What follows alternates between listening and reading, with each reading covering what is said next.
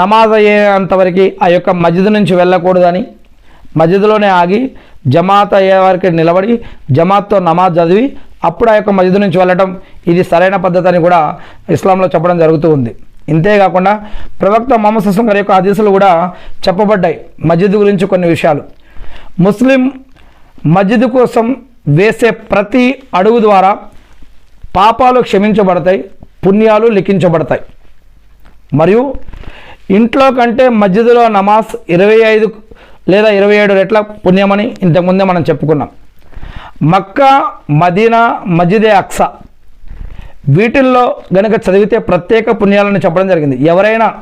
ఎవరైనా ఒక వ్యక్తి ప్రయాణం చేసి ఎక్కువ ఆరాధన చేయాలి, ప్రయాణం చేసి ఎక్కువ పుణ్యాలు సంపాదించాలి, ఏదైనా ఒక పుణ్యక్షేత్రానికి వెళ్ళి ఎక్కువ పుణ్యం సంపాదించాలి అంటే కనుక మక్కా మస్జిద్ అజ్జుమ్రాలు చేసే ప్రదేశం కాబా గృహం దగ్గర. రెండవది ప్రవక్త ముహమ్మద్ సల్లల్లాహు అలైహి వసల్లం గారు నిర్మించినటువంటి మదీనా మస్జిదే నబవి. మూడవది అనేక మంది ప్రవక్తలు వచ్చినటువంటి ప్రదేశం జెరూసలేంలో ఉన్నటువంటి మస్జిద్ అక్సా. ఈ 3 ప్రాంతాల్లో కనుక వెళ్ళి నమాజులు చదివితే ఒక నమాజ్కు బదులు అనేక లక్షల నమాజుల పుణ్యాలు, 50,000 నమాజుల పుణ్యాలు, 500 నమాజు పుణ్యాలు, ఇలా ఒక్క నమాజ్కు బదులుగా ఇలా రెట్లగా పుణ్యాలు సంపాదించినటువంటి అదృష్టం కలుగుతుంది. ఇకపోతే మస్జిద్లో నమాజ్ చేసి తర్వాత ఇంకో నమాజ్ కోసం ఎదురు చూస్తూ ఉండాలన్నమాట. అలా గనుక ఉంటే వారు రోజంతా కూడా లేదా అంత సమయం కూడా నమాజు చేసినంత పుణ్యం వారికి లభిస్తుంది.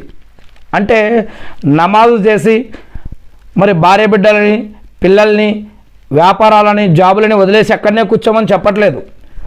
ఇప్పుడు ఒక నమాజ్కి వెళ్ళాం, నమాజ్ అయిపోయింది, మళ్ళీ మన యొక్క కార్యక్రమాలకి వెళ్ళిపోయి తర్వాత నమాజ్ మళ్ళీ ఎన్ని గంటలకు ఉంది, నేను ఎలా వెళ్ళాలి, ఆ యొక్క నమాజ్ మిస్ కావద్దు, పోగొట్టుకోవద్దు, జమాత్తో కరెక్ట్గా టైంకి వెళ్ళాలి, నేను మళ్ళీ వెళ్ళి అల్లా వద్ద నా యొక్క పాపాలు ఏమైనా ఉంటే క్షమించమని పుణ్యాలు సంపాదించాలి, మళ్ళీ నేను అక్కడికి వెళ్ళి అల్లాని ఆరాధించాలి, మరియు నాకు అర్కత్ బర్కత్ ఇమ్మని మరి ఇంకేదైనా దువాలు ఉంటే వారు వేడుకోవటం కానీ, ఇలా మళ్ళా అల్లా దగ్గరికి వెళ్ళాలి, మళ్ళీ మస్జిద్కి వెళ్ళాలి, మళ్ళీ నమాజ్ చేయాలి, జమాత్ మిస్ కావద్దు, నమాజ్ మిస్ కావద్దు, మస్జిద్కి వెళ్ళాలి, మస్జిద్కే వెళ్ళి నమాజ్ చేయాలి అని ఎవరైతే ఒక నమాజ్ తర్వాత మళ్ళా వారు ఇంటికో వ్యాపారానికో జాబులకో వెళ్ళి తర్వాత నమాజ్ కోసం కూడా ఆలోచిస్తూ ఉంటారో, దాని తర్వాత వాళ్ళు వెళ్ళి మళ్ళీ ఆ విధంగా వెళ్ళి నమాజ్ చేస్తారో అటువంటి వ్యక్తికి ఈ యొక్క ఎంత టైం, ఈ నమాజ్ నుంచి ఆ నమాజ్కి మధ్యలో ఎంత టైం అయితే ఉందో అంత టైం కూడా అతడు మస్జిద్లో ఉండి నమాజ్ చేసినంత పుణ్యం అతనికి లభిస్తూనే